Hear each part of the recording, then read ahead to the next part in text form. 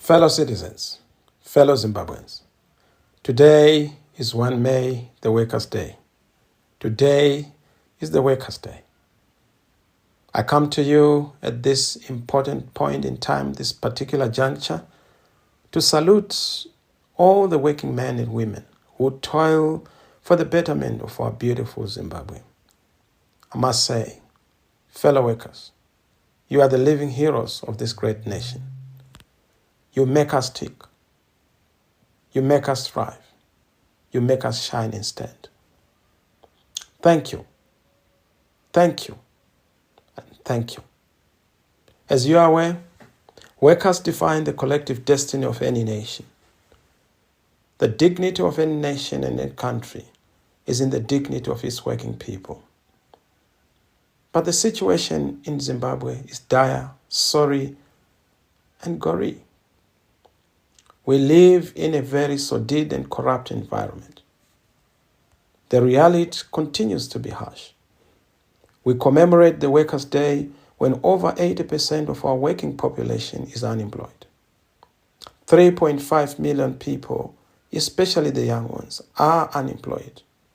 7.9 million people are living in abject poverty, according to the World Bank. The majority live below the poverty datum line, and our poverty datum line is $575. The average living wages are at about $275, and they fall short, far short of meeting the basic needs. You are aware that we have a regime of punitive tax thresholds. You are aware that most families cannot afford basic livelihoods.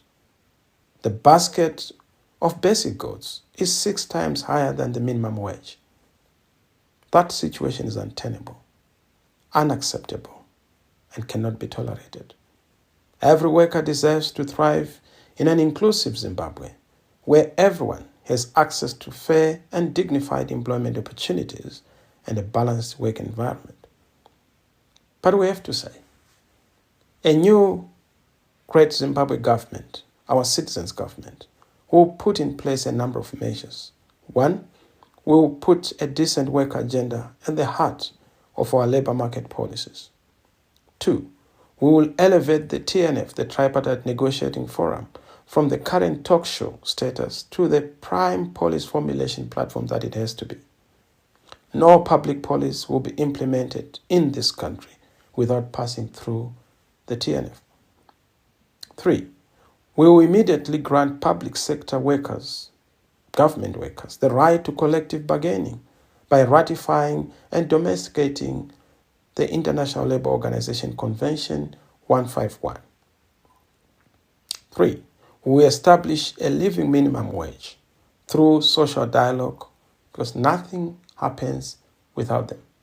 Nothing happens without workers. Nothing happens without involvement.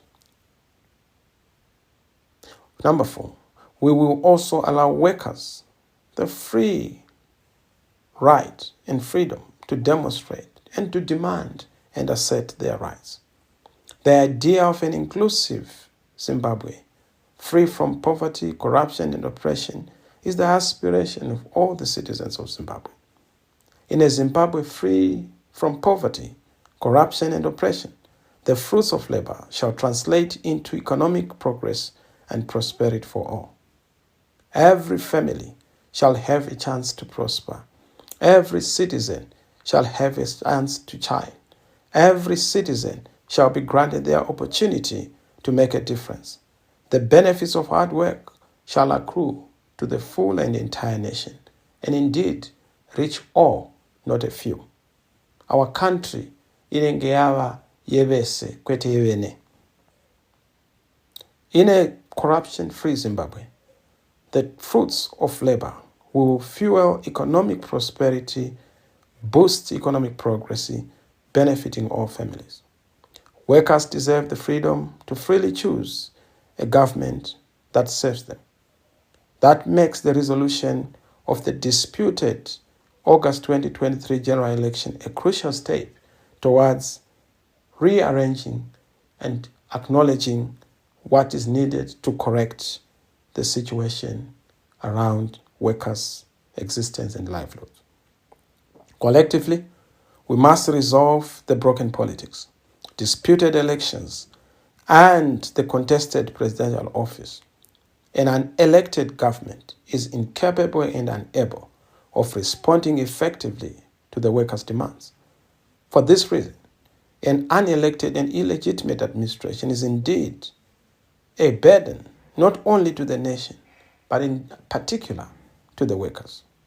We must and we will commit ourselves as a people, as citizens, to resolving the political crisis and strive towards a new inclusive Zimbabwe, where dreams and aspirations of every working person shall and can be realized.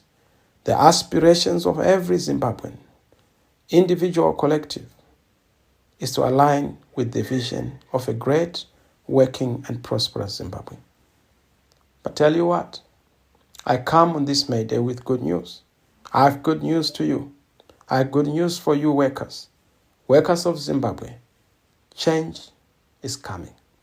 Change is inevitable. Change can't be avoided. We are doing everything within our power to make this a reality with immediacy and urgency that it deserves. We will fix the broken. We will deal with our politics.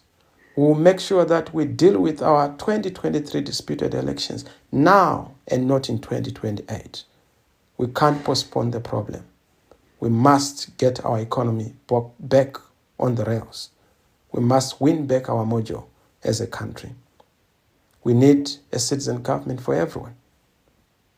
I know, you and I, together, providing our best, our task being to build a better country. The ask I have for you is to be able to join us as we walk on this path to build a better society. I thank you. We are in it. God is in it. God bless you. God bless Zimbabwe.